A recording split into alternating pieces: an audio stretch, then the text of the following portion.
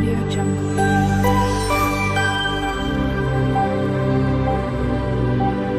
Audio Jungle. Hello everyone, જય શ્રી કૃષ્ણ. મારી ચેનલમાં તમારું સ્વાગત છે. આજે હું એકદમ સરળ રીતે જન્માષ્ટમી સ્પેશિયલ માલપુવાની રેસીપી શેર કરવાની છું. આ માલપુવા સુગરની ચાસણીમાંથી નહીં પરંતુ ખડા સાકર એટલે કે ધાગાવાળી મિશ્રીની ચાસણીમાંથી બનાવેલા હોવાથી હેલ્ધી છે. આ રીતે તમારા માલપુવા પરફેક્ટ માપ સાથે એકદમ જાળીદાર અને ખૂબ જ ટેસ્ટી બનશે. ચેનલ પર નવા હોવ તો જરૂરથી ચેનલ સબસ્ક્રાઈબ કરજો, જેથી મારા દરેક વિડીયોનું નોટિફિકેશન તમારા સુધી પહોંચશે. તો આજે હું જન્માષ્ટમી સ્પેશિયલ માલપુવાની રેસીપી શેર કરવાની છું. તો એના માટે મેં આ એક વાટકી ઘઉંનો લોટ લઈ લીધો છે. એને બાઉલમાં નાખી દઈશું. અને આ અડધીથી બી ઓછી વાટકી સૂજી લીધી છે મેં, એટલે રવો લીધો છે ઝીણો. અને આ દળેલી સાકર છે, એને મેં એક વાટકી જેટલી લઈ લીધી છે નાની, એ અંદર નાખી દઈશું આપણે. આનાથી માલપુવાનો કલર સરસ આવશે. અને આ એલચી છે જેને ક્રશ કરી લીધી છે, એ પણ નાખી દઈશું. તમારે આની અંદર વરિયાળીનો અડધી ચમચી જેટલો ભૂકો નાખવો હોય તો તમે નાખી શકો, એનાથી ફ્લેવર સરસ આવશે. હવે આપણે આને મિક્સ કરી લઈશું બરાબર. અને તમે આની અંદર અડધું પાણી અને અડધું દૂધ નાખવા માંગતા હો તો એ પણ તમે નાખી શકો, પણ હું આની અંદર 1 ગ્લાસ જેટલું દૂધ નાખી દઈશ. જરૂર પડશે તો હું ઉપરથી થોડુંક બીજું નાખી દઈશ. હવે આપણે એનું બેટર બનાવી લઈશું. 1 ગ્લાસ દૂધ મેં અંદર પહેલાં નાખી દીધું છે અને હવે થોડુંક દૂધ ફરીથી ઉમેરીશું. આપણે ઇડલી અને ઢોસાનું બેટર આવે ને એ ટાઈપનું બેટર તૈયાર કરવાનું છે. આ જે દળેલી સાકર મેં નાખી એ કલર માટે નાખી છે, એટલે એની અંદર બરાબર ગળપણ નથી આવ્યું. તો એના માટે હું ચાસણી અલગથી તૈયાર કરવી પડશે, એ આપણે પછી કરીશું.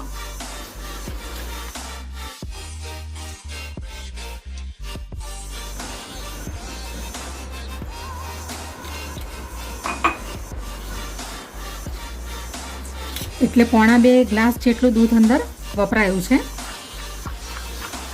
હવે આપણે એને બરાબર મિક્સ કરી લઈશું. એકદમ સ્મૂથ બેટર તૈયાર કરી લઈશું એનું.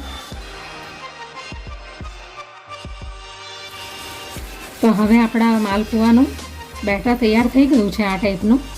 એટલે આપણે પેનમાં મૂકીએ ને એટલે સરસ ફેલાઈ જાય એ ટાઈપનું બેટર આપણે તૈયાર કરવાનું છે. તો હવે આપણે એને અડધો કલાક સુધી રેસ્ટ કરવા દઈશું. અડધો કલાક પછી આપણે એને ઉપયોગમાં લેશું. તો હવે અડધો કલાક થઈ ગયો છે. હવે આપણે માલપુઆ બનાવવાની તૈયારી કરીએ. તો આ ટાઈપનું આપણું બેટર તૈયાર થઈ ગયું છે. તો સૌથી પહેલાં આપણે ચાસણીની તૈયારી કરીશું. તો ચાસણી બનાવવા માટે મેં આ દળેલી સાકર લઈ લીધી છે. તો સાકર ડૂબે એટલું પાણી અંદર નાખીશું.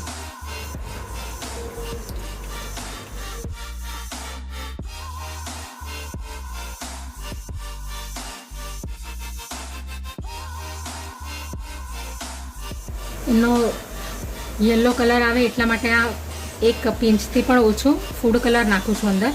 તમારી પાસે કેસર હોય તો તમે કેસર પણ નાખી શકો. આમ તો કેસર જ નાખવું સારું, પણ ન હોય તો ફૂડ કલર 1 ચપટીથી બી ઓછો નાખી દેવો અંદર, એટલે માલપુવાનો કલર સરસ આવશે. અને ઇલાયચી પાવડર મેં અંદર બેટરમાં જ નાખી દીધો છે, એટલે આની અંદર હું નથી નાખતી. તો આપણી ચાસણી રેડી થઈ ગઈ છે. તો આપણી ચાસણી તૈયાર થઈ ગઈ છે. તો મેં તેલ અંદર નાખી દીધું છે પેનમાં. પેન ગરમ થઈ ગયું છે, એટલે લગભગ મેં આ 1 વાટકી જેટલું તેલ નાખી દીધું છે અંદર. અને સારો ફ્લેવર આવે એટલા માટે અંદર હું ઘી પણ નાખીશ. 2 ચમચી જેટલું ઘી પણ અંદર એડ કરી દઈશ, એટલે માલપુવાનો ટેસ્ટ સારો આવે એકદમ. તેલ બરાબર ગરમ થઈ જાય પછી આપણે એને મીડિયમ ફ્લેમ પર કરી દઈશું. તો હવે તેલ ગરમ થઈ ગયું છે. તો હવે આપણે માલપુઆ બનાવવાનું સ્ટાર્ટ કરીએ. એક માલપુઆ આપણે બનાવીશું.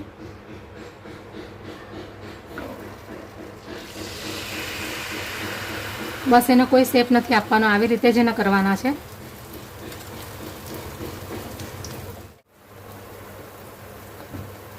આપણે માલપુઆનું બેટર અંદર નાખીએ ને પછી એને હલાવવાનું નથી કે કંઈ જ નથી કરવાનું. જો એની જાતે જે ઉપર આવી રીતે આવી જશે, તરવા મળશે, એટલે એને કંઈ જ નથી કરવાનું. આપણે ખાલી આવી રીતે એના ઉપર ગરમ તેલ નાખી દઈશું આવી રીતે. હવે આપણે એને પલટાવી દઈશું.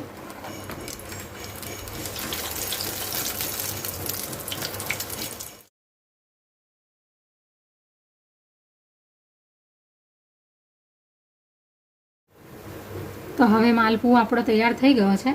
આપણે એને પ્લેટમાં કાઢી લઈશું.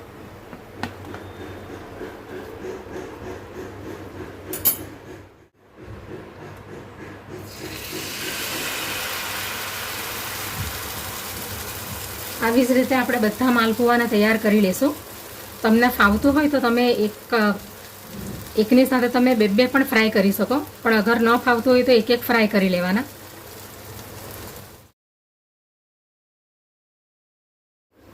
તો હવે આપણે માલપુઆને અંદર ચાસણીમાં ડૂબોળી દઈશું. અને મેં ચાસણી બનાવવા માટે ખાંડનો ઉપયોગ નથી કર્યો, મેં મિશ્રીનો ઉપયોગ કર્યો છે. એટલે આપણે ચાસણીના તાર બન્યા નહીં. કારણ કે આ મિશ્રી જે હોય છે ને, ખડા સાકર, એની અંદર ઓછી મીઠાશ હોય છે, એટલે એની તારવાળી ચાસણી નથી બનતી. ખાંડનો ઉપયોગ કર્યો હોત તો તારની ચાસણી બનતે. હવે આપણે પ્લેટમાં કાઢી લઈશું માલપુઆને. આવી જ રીતે આપણે બધા માલપુઆ તૈયાર કરી લઈશું. તો આપણો બીજો માલપુઓ પણ તૈયાર થઈ ગયો છે. એને પણ આપણે નાખી દઈશું. તો બીજો માલપુઓ પણ આપણો તૈયાર છે.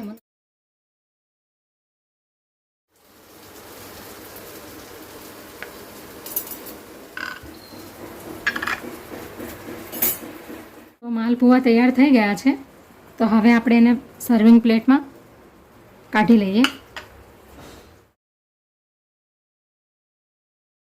તો આ ટાઈપના આપણા માલપુઆ બન્યા છે, એકદમ જ્યુસી. અને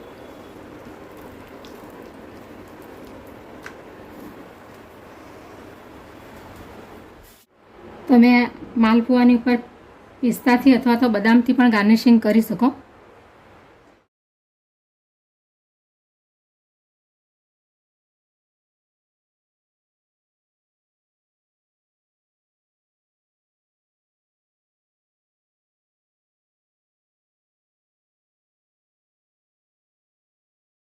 Audio Jungle.